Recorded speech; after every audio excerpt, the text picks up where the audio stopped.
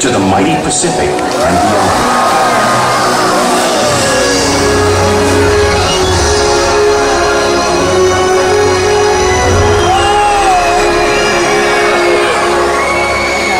This whale story is the ocean's story, and it is one we all share.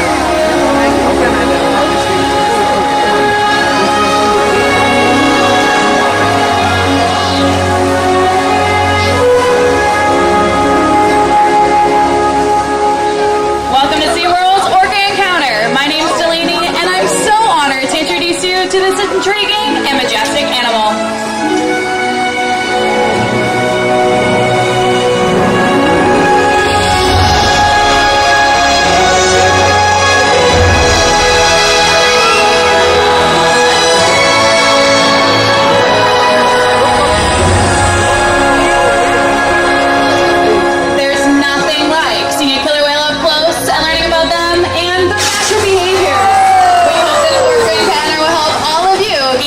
Appreciation for these magnificent creatures and all that they represent.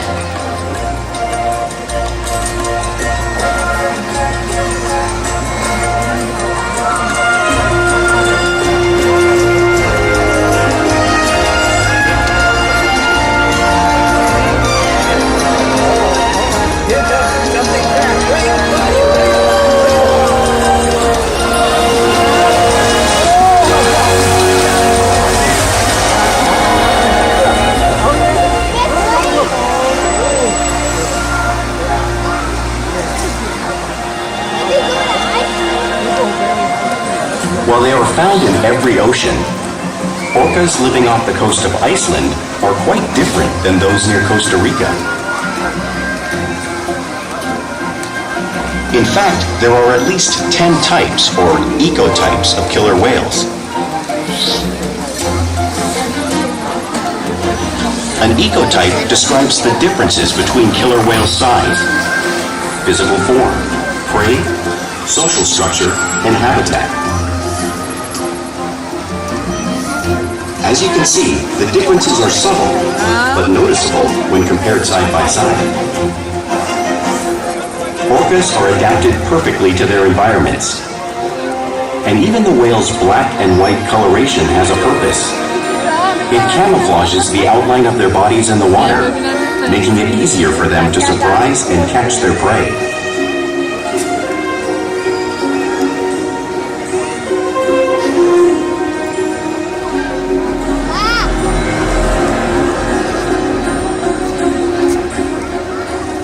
When viewed from above, the black of the whale blends in with the dark depths of the ocean.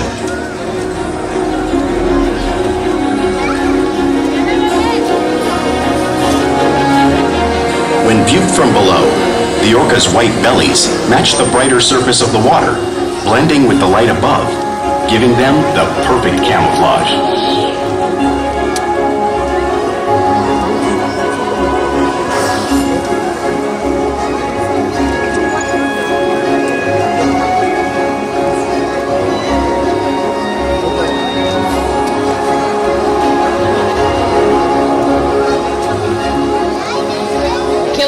Truly are a natural wonder, and my friends Ulises and Makani are going to help me show all of you some of their physical characteristics.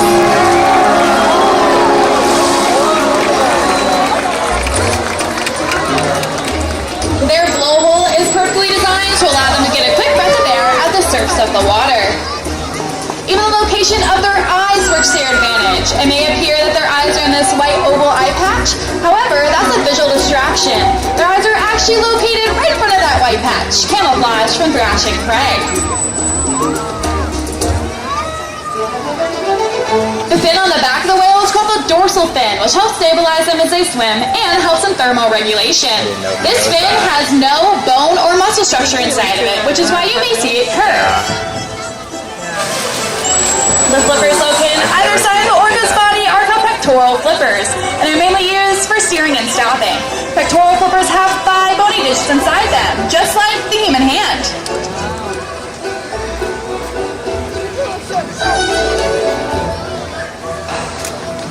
Now the lobes found at the end of the orca's tail are called flukes. The tail fluke is the killer whale's engine, propelling them close close to 30 miles per hour. That's as fast as some of our speedboats. But they swim the fastest and use the most power whenever they're propelling their nearly 10,000-pound bodies all the way up and out of the water.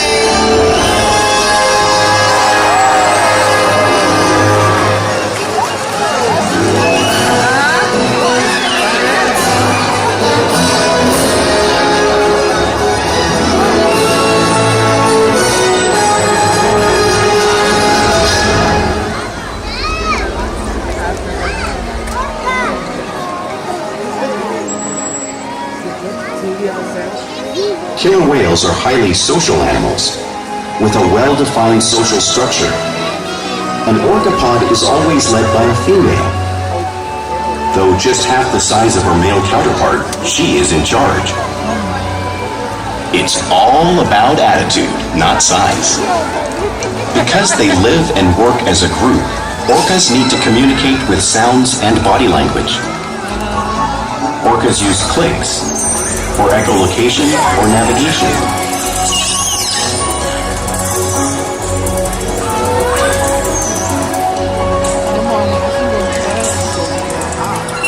Whistles to socialize in the pod.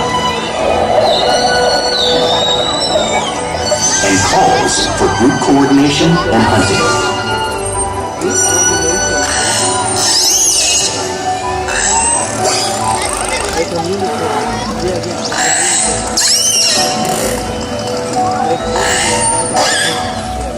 Vocal development studies here at SeaWorld show that early on, calves learn vocalization from their mothers. But as they grow, they learn from others close to them as well. This is a bottlenose dolphin call that Shuka learned and even taught other killer whales here at SeaWorld. In fact, orcas are the largest members of the dolphin family.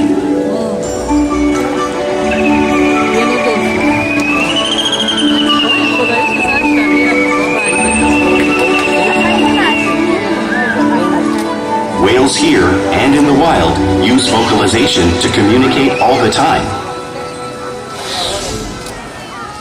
Like all animals, killer whales use body language as part of group communication.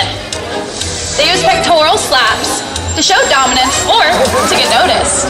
For example, a mother may use a pec slap to get her calf's attention.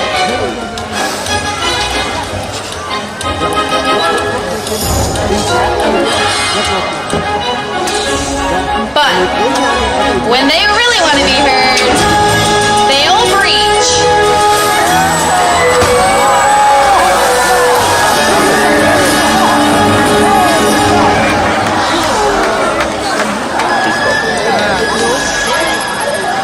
Spy hopping is how killer whales coordinate and get a better view of their surroundings while hunting.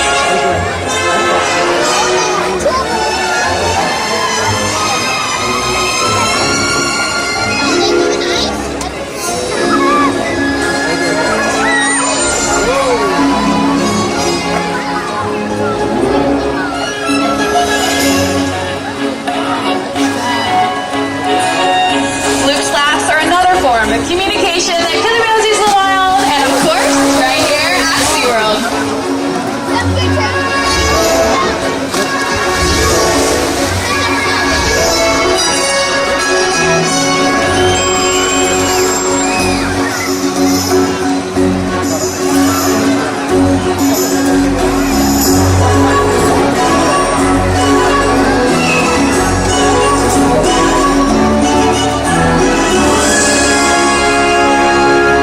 Killer whales are excellent communicators, so it's no wonder they're at the top of the ocean's food chain.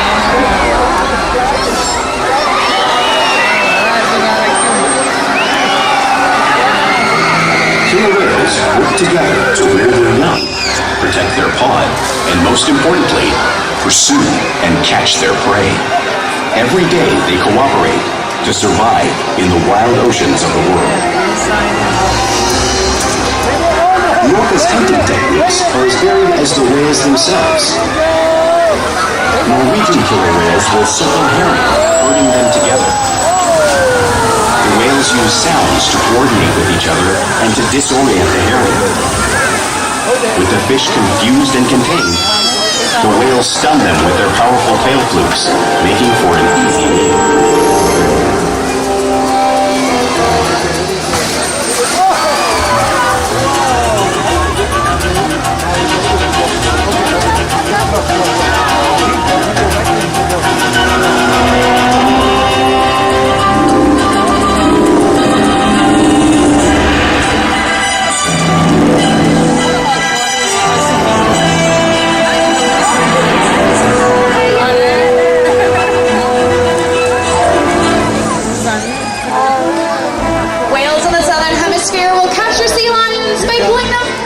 The beach. Watch as Makani demonstrates a similar behavior and movement right here in front of all of you.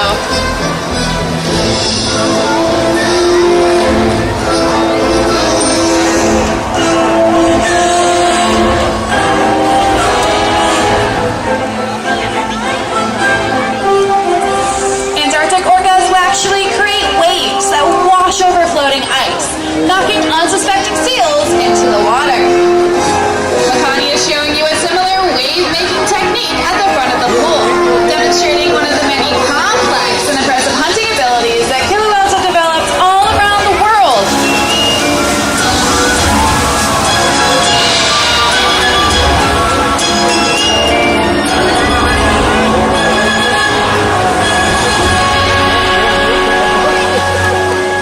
Ulises is hanging out right behind him. Let's see what he has in store.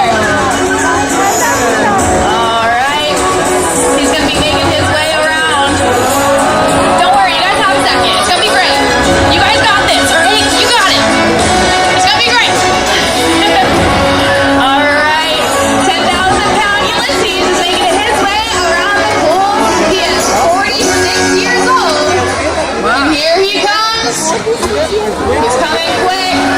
All right, now hold on. Here comes that wave. Wow! Oh my goodness, you guys did so good. How was that? It was cold. Yeah, you guys did great. Let's give him another round of applause.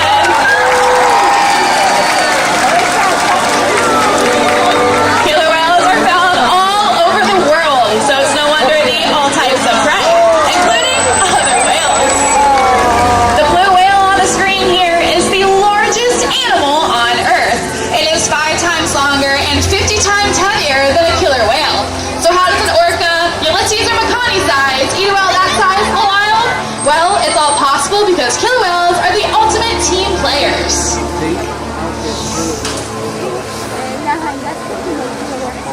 In this example, we see the larger male orcas surround a sperm whale, forming a perimeter, while the females continue to drag the whale forward until it reaches exhaustion. The calves then move in to join the adults in the group. Whatever their prey, killer whales always cooperate and hunt together, making them a highly successful predator.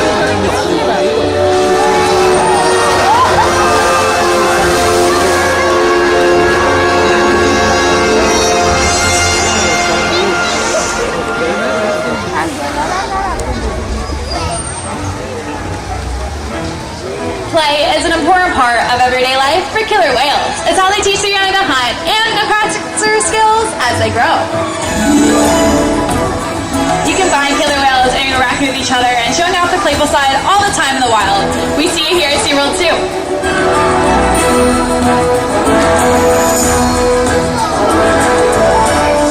Porpoising is when an orca swims fast at the surface, breaking out of the water just briefly.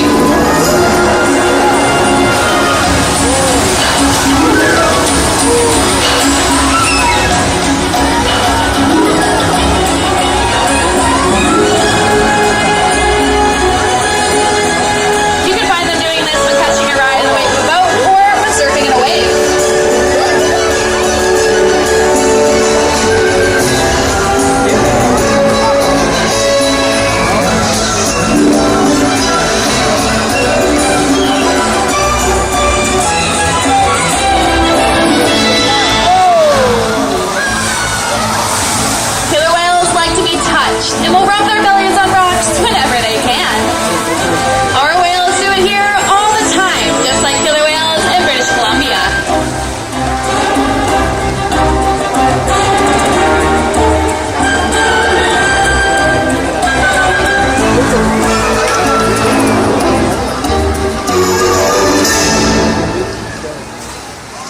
can find killer whales imitating each other all the time. They're constantly mimicking and, of course, learning from one another.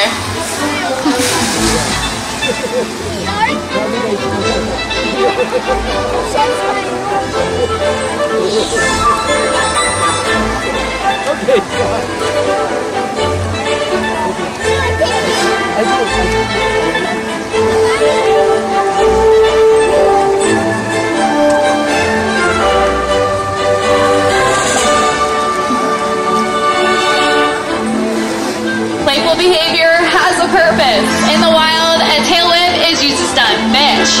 But today, these killer whales might just be stunning all of you.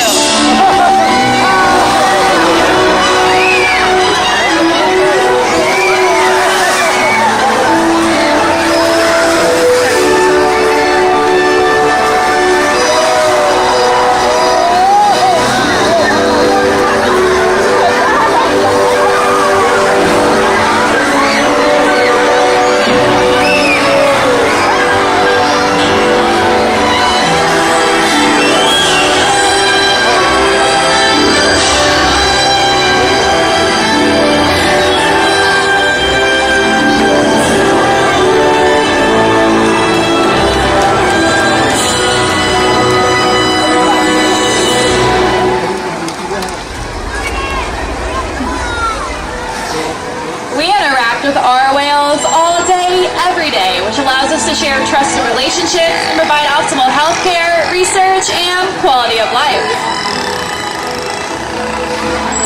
The whales here take an active role in their own health and well-being.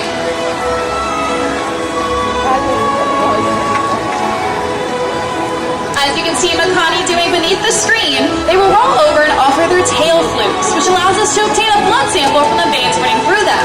Therefore, we can monitor their overall health.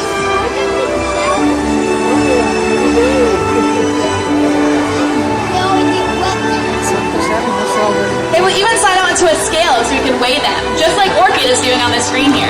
That way, we can ensure that younger whales are growing properly and adults are maintaining a healthy weight.